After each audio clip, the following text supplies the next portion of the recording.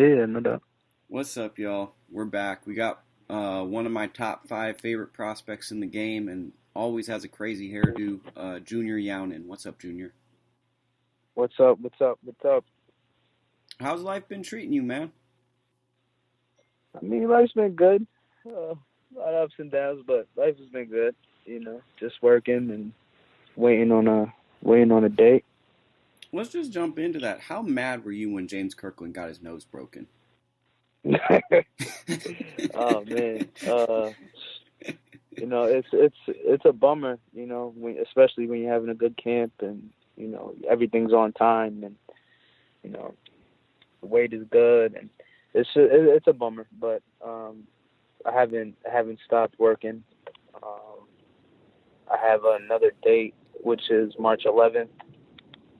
Just waiting on a confirmation and hopefully I could get in the ring very soon.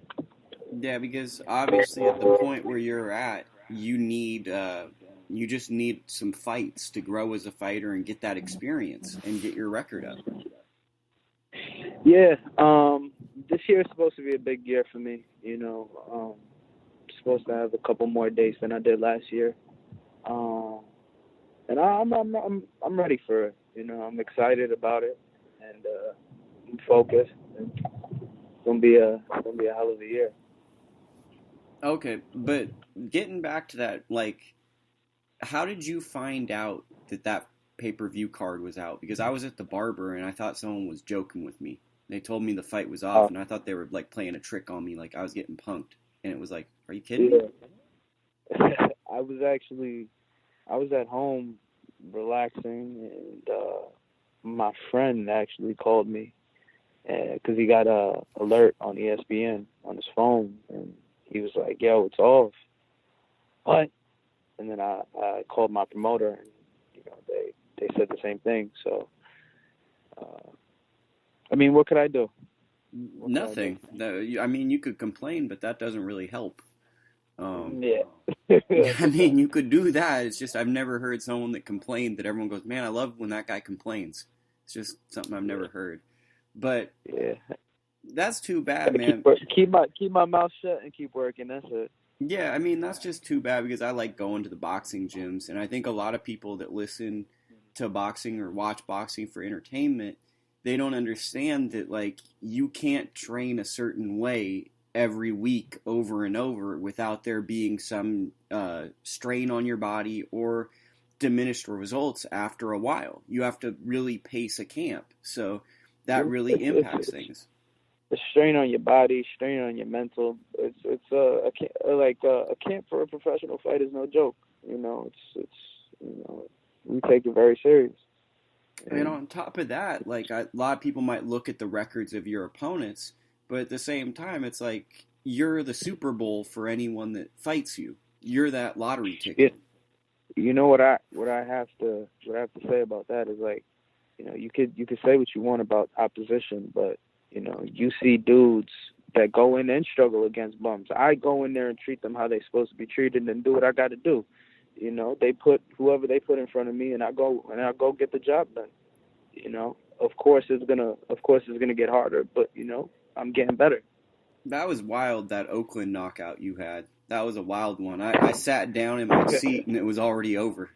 I sat down and Yeah, then it was no, that was over.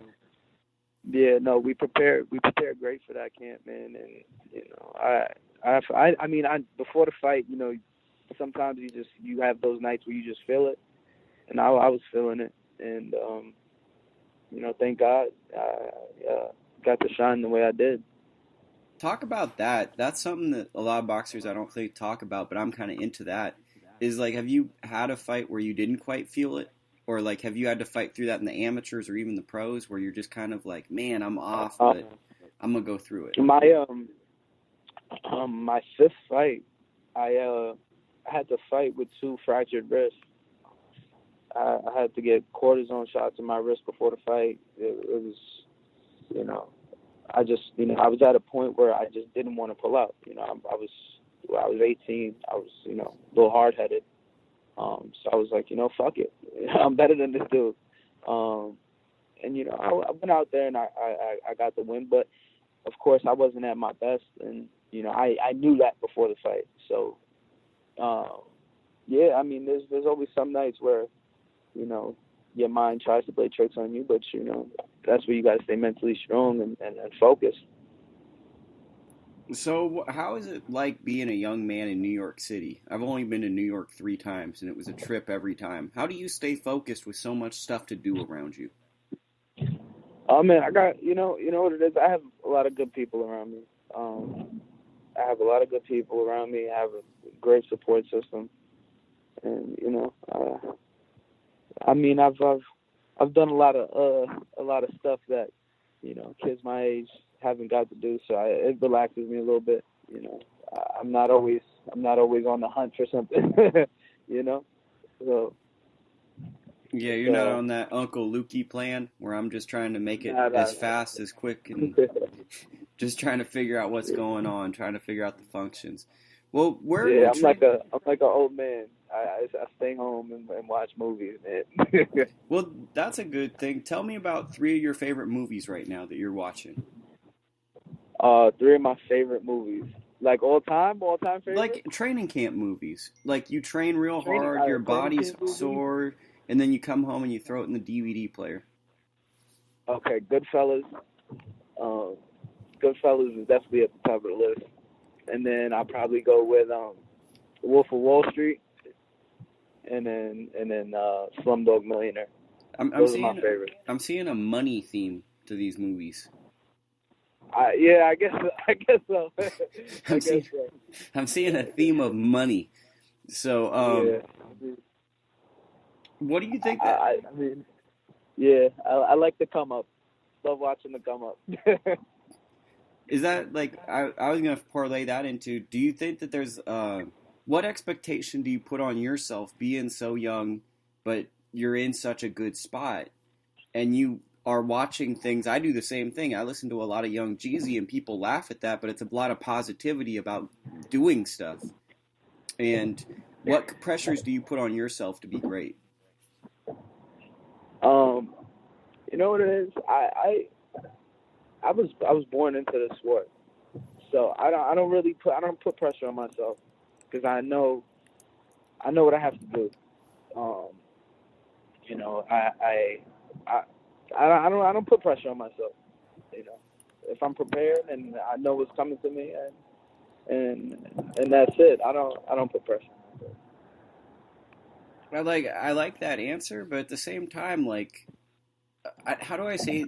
It's not that I think that you're a liar, but there's a part of me that's like, we all put a little bit of pressure. Do you just put the pressure away in a place where it's functional, like where you don't think about it? I mean, if you couldn't tell, I mean, what you saw me before two of my fights last year. Yeah. I'm pretty relaxed. I have fun. I just enjoy the moment. Honestly, I don't. So you rise to the occasion. That pressure never really, bugs me or gets in the way of, just me doing my thing. I guess I just deal with it different. Yeah. There might be pressure. There might be pressure subconsciously, but I deal with it different. Yeah, that's kind of what I was getting at, because some people might hear that and they might be like, well, this guy is not trying to be, like, I feel like some people think of pressure and boxers and they have to overcome it to be great, but I think what you're saying is, like, you're just in there and this is what you've always wanted to do and you live for a moment where everyone's watching you do what you love.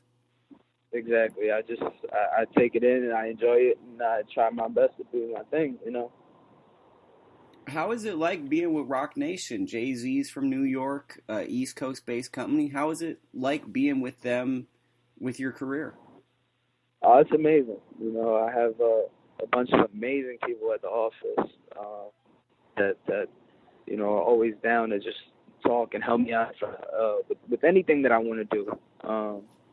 And they're a machine. It's more than just boxing with them. So, there's perks. I got to play in the Rock Nation charity game last year with Jadakiss and Davies and Fabulous. And, how did you do? What was your stat line? Cotto. What was your Oh no, stat line? I only played a couple of minutes. I didn't get the score, but it was just an amazing experience, and that wouldn't be possible without them. That's cool, man. What's a fun story you take away from that? Like when you play with Jadakiss and all these people, like what was like a real human being moment being around all these famous people? It was just like I had to just stop for a second and I looked at the crowd and the place was packed. It was a Barclays Center and it was a little surreal to me, because I was 20 at the time, like, and that's an amazing feeling. I grew up 10 minutes away from where I was, and it makes you realize your blessings. Is that a venue? I noticed on your record you fought once at the Barclays Center, but is that a venue down the road you'd like to have a big fight at? Yeah, that's gonna be my home. I live a few minutes away from there, driving, and I'm definitely looking forward to fighting there again. There are great people at the Barclays Center too. Joseph Dimitri, he runs the merchandise and all that, and ticket sales for Brooklyn Boxing. He's a great guy, and I can't wait to fight in the Barclays Center again. But I can't wait till I get to fight in the Garden. What's the difference? I'm a West Coast guy, man. I'm a California guy. I say hella. I'm laid back. What's the difference between the Garden and the Barclays Center? Put me up on it. The Garden is the mecca of boxing. It's history. The Garden is history. I don't think there's any bigger stage. So it's just you grew up watching people fight at the Garden, and it's like where a lot of really big fights happened. So you want to be part of that. I saw Junior fight at the Garden. Yeah, I feel like fighting at Madison Square Garden is just history. What do you think of Golovkin and Jacobs? They're fighting at the Garden. How do you see that one going? Golovkin and Danny? Yeah. I feel like if anybody could win that fight, it's Danny Jacobs. At middleweight, I feel like a lot of people are doubting Danny. I feel like Golovkin has never fought a legitimate middleweight. And I feel like it's going to be a great, great, great fight. Both fighters are going to be tested in a crazy extent. That's boxing at one of the highest levels. And it's going to be an amazing fight. But I'm going to go with Danny. I'm from Brooklyn. He's from Brooklyn. That's like an older brother than me. And it'll be amazing to see him pull that off. Well, I'm going to ramble for a second. I think for a lot of people, Golovkin's like Batman to them. He's like their superhero. So a lot of people look at Danny Jacobs and they don't really watch his fights. They just think that it's like their superhero versus another guy, and they don't realize Danny beat cancer. So he's not going to be scared of a guy that just punches hard. That's the way I look at the fight. He beat cancer, and he beat the other most legitimate fighter at 160, which is Kid Chocolate. And he beat him in like a minute. In a minute, Danny has very heavy hands himself. He's very good on his feet. He's going to be in amazing shape. He's working with Chris Algieri in this camp. It's a pretty cool thing that Chris is another fighter, and he's doing his nutrition for the fight. And I think that's amazing. Yeah, I think Danny's going to be in hell of shape, and it's going to be very interesting.